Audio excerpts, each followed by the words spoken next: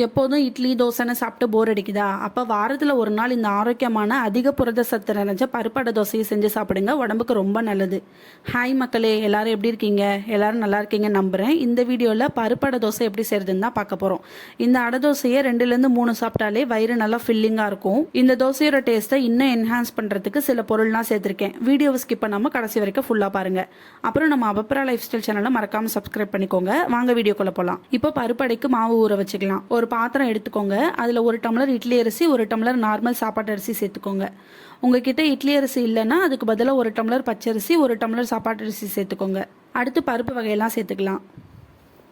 1/2 tumbler துவரம் பருப்பு, 1/2 tumbler கடலைப்பருப்பு, 1/4 டம்ளர் பாசிப்பருப்பு, 1/4 டம்ளர் உளுத்தம்பருப்பு, அப்புறம் ஒரு 1/2 ஸ்பூன் வெந்தயம். அவ்வளோதாங்க.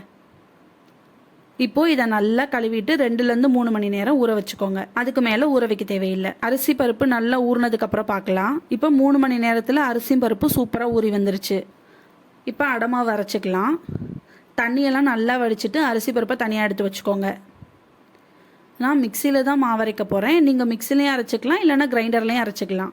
ஒரு மிக்சர் ஜார் எடுத்துக்கோங்க. அதில் 10லேருந்து 12 வரமிளகாய் சேர்த்துக்கோங்க. அப்புறம் 1 ஸ்பூன் சோம்பு சேர்த்துக்கோங்க. அது கூடவே நம்ம ஊற வச்சுருக்க அரிசி பருப்பு, தேவையான அளவு உப்பு, ஒரு 1/2 ஸ்பூன் மஞ்சத்தூள் போட்டு தேவையான அளவு தண்ணி சேர்த்து ரவை பதத்துக்கு அரைச்சி எடுத்துக்கோங்க. அடை மாவை நைஸாக அரைக்கக்கூடாது, ரவை பதத்துக்கு தான் அரைக்கணும். அப்போ தான் அடை நல்லா சுவையாக இருக்கும். இப்போ நம்ம அரைச்ச அடை மாவு ஒரு பாத்திரத்தில் ஊற்றிக்கலாம். மீதி இருக்க அரிசி பருப்பையும் அரைச்சி அதே பாத்திரத்தில் ஊற்றிக்கலாம். இப்போ தேவையான அளவு தண்ணி ஊற்றி தோசை மாவு பதத்துக்கு கலந்துக்கோங்க.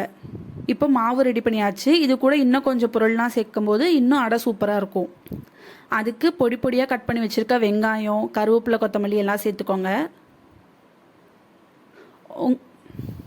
உங்ககிட்ட முருங்கைக்கீரை இருந்தால் கண்டிப்பாக சேர்த்துக்கோங்க. அதோட டேஸ்ட் அண்ட் ஃப்ளேவர் ஃபுல்லாக அடையில் இறங்கி சூப்பராக இருக்கும். எனக்கு கீரை கிடைக்கல, அதனால் நான் சேர்க்கலை. இந்த அடை தோசையில் முக்கால்வாசி பருப்பு தான் இருக்கும். அதனால் சீக்கிரமாக டைஜஸ்ட் ஆகிறதுக்கு சோம்பு, பெருங்காயம்லாம் கண்டிப்பாக சேர்த்துக்கோங்க. அப்புறம் நான் வீடியோவோட ஸ்டார்டிங்லேயே சொல்லியிருப்பேன், இந்த அடை தோசையோட டேஸ்ட்டை இன்னும் என்ஹான்ஸ் பண்ணுறதுக்கு ஒரு பொருள் சேர்த்துருக்கேன்னு. அது இந்த முட்டை தாங்க. நீங்கள் நான்வெஜ்ஜாக இருந்தீங்கன்னா கண்டிப்பாக இந்த அடை மாவில் முட்டை கலந்து சாப்பிட்டு பாருங்கள். இதோட டேஸ்ட்டுக்கு நீங்கள் கண்டிப்பாக அடிக்ட் ஆயிடுவீங்க.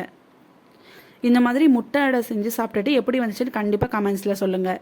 நான் எடுத்திருக்க மாவுக்கு 4 முட்டை சேர்த்துருக்கேன். நம்ம விருப்பம் தாங்க, 5, 6 எத்தனை முட்டை வேணாலும் சேர்த்துக்கலாம்.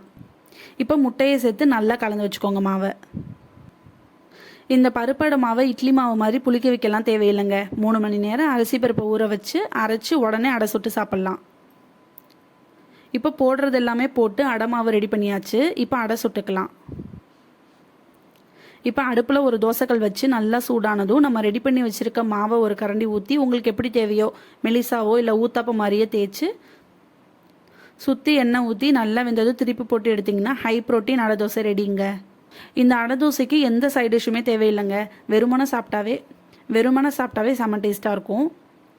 உங்களுக்கு ஏதாச்சும் சைட் டிஷ் வேணும் அப்படின்னு கண்டிப்பாக தேங்காய் சட்னி கூட இந்த அடை தோசையை ட்ரை பண்ணி பாருங்கள், சூப்பராக இருக்கும். அடை தோசையை பொறுத்த வரைக்கும் சுட சுட சாப்பிடணுங்க, அப்போ தான் செம்ம டேஸ்ட்டாக இருக்கும். இந்த வீடியோவில் நான் சொன்ன மாதிரி அப்படியே அடை தோசை ட்ரை பண்ணி பார்த்துட்டு எப்படி வந்துச்சுன்னு கண்டிப்பாக கமெண்ட்ஸில் சொல்லுங்கள். அப்புறம் நம்ம அபப்ரா லைஃப் ஸ்டைல் சேனலை மறக்காமல் சப்ஸ்கிரைப் பண்ணிக்கோங்க. அடுத்த வீடியோவில் பார்க்கலாம். டாடா.